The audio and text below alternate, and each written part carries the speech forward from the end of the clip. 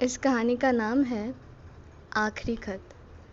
जो पुरानी कहानी थी वो मेरी राजधानी एक्सप्रेस, ये बस उसी के आगे की कहानी है।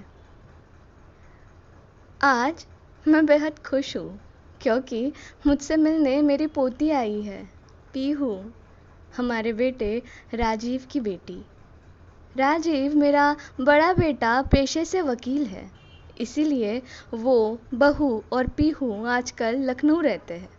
वो बहुत कोशिश करते हैं मुझसे मिलने की, मेरे पास रहने की, मगर उन्हें वक्त इजाज़त नहीं देता और मैं भी नहीं छोड़ पाता शालिनी और हमारे इस घर को, जहाँ का रंग बेशक थोड़ा फीका हो चुका है, पर उस दुल्हन के हल्दी में भरी हथेली की छाप आज भी इन दीवारों ने अपने सीने में सजाई रखी है।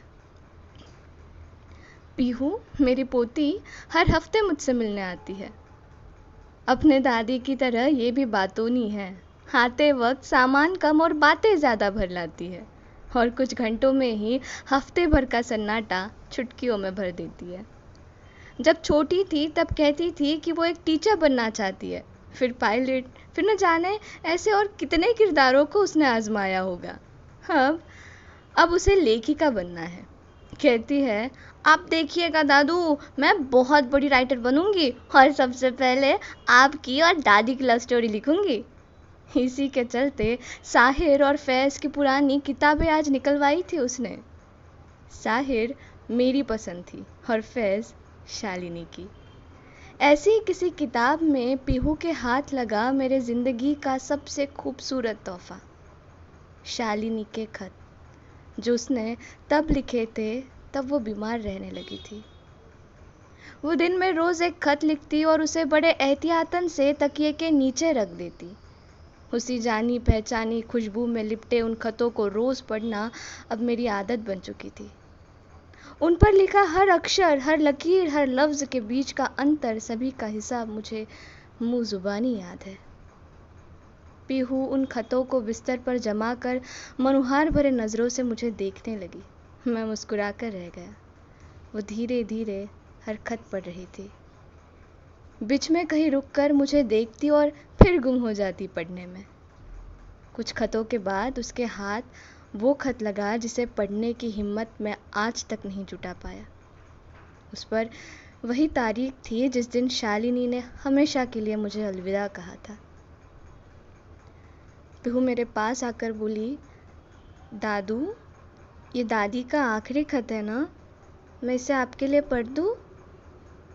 मुझे शान देख वो फिर बोली, पढ़ने दीजिए ना दादू, वरना मैं आपकी और दादी की लव स्टोरी पूरी कैसे करूँगी?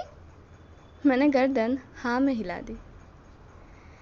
एक लंबी सांस अंदर खींची और पीहू ने खत पढ़ना शुरू कर दिया। मैं तेनों फेर मिलांगी, किथे, किस तरह, पता नहीं।